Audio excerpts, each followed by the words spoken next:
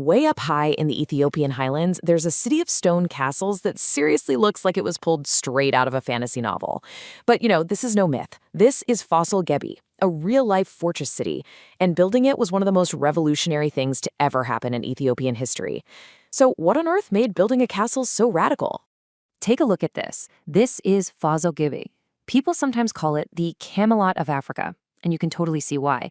It was founded way back in the 17th century by an emperor named Fasilides, and this whole fortress complex became the incredible home of Ethiopia's emperors for generations.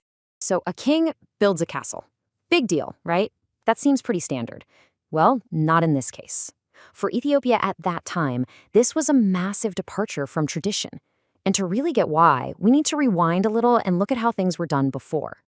So let's start with the fortress itself. To really get its significance, we've got to uncover the incredible story that's literally built into these walls. You see, for hundreds and hundreds of years, Ethiopian emperors ruled from what was called a wandering court. They didn't have a fixed capital city. Instead, they were nomadic.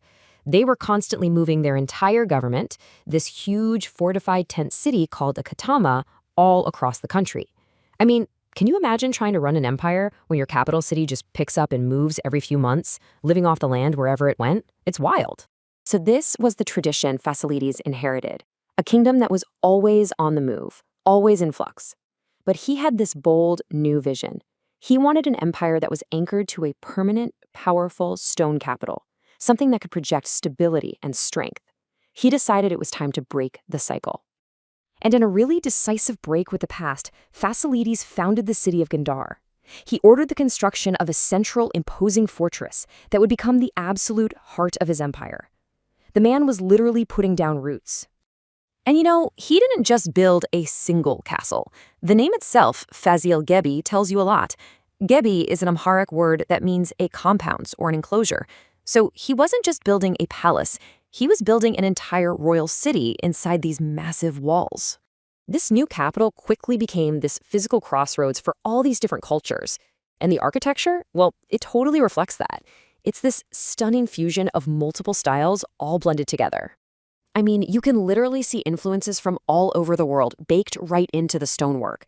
You've got elements of Portuguese Baroque, which was brought over by Jesuit missionaries, mixed right in with Hindu and Arab characteristics. It's a truly global statement, made out of stone. And this unique architectural DNA, it got passed down through the generations. So on the left, that's Fasilides' original castle, and on the right, that's a library built by his son. You can actually see the evolution of this unique Gondarine style right there. And a team that brought this whole vision to life was just as diverse as the architecture itself.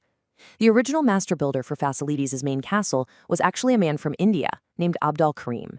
Then, as later emperors like Johannes I and Iyasu I started expanding the compound, they turned to a celebrated Ethiopian architect named Walda Giyorgis. The old chronicles describe him as able, intelligent, and of good renown. But the people who did the actual heavy lifting, the masons and the metalsmiths who laid every stone and forged every gate, they were members of the local Beta Israel community, Ethiopia's Jewish population, who were absolutely renowned for their craftsmanship. And the scale of what they achieved is just staggering. The entire compound covers 70,000 square meters. To put that in perspective, that's about the size of 10 football fields, all enclosed within one giant city wall. And that wall, which stretches for 900 meters, it's pierced by 12 different fortified gates. Each one had its own name and its own purpose, everything from the Gate of the Judges to the Gate of the Musicians. So yeah, this wasn't just a palace, it was a fortress, through and through. It's really no wonder that visitors were just completely awestruck. In 1648, just a few years after it was built, a Yemeni ambassador visited, and he described it as one of the most beautiful and marvelous buildings he had ever laid eyes on. And it was a living, breathing city. A visitor in 1696 reported that there were at least 80 royal children who ran around indiscriminately inside the palace walls. You can just imagine the life and the energy bustling inside this compound. So for generations, this place was the heart of the empire. But its story, well, it doesn't end there. Let's trace Fasil Ghebbi's journey from being an imperial seat to becoming a global icon.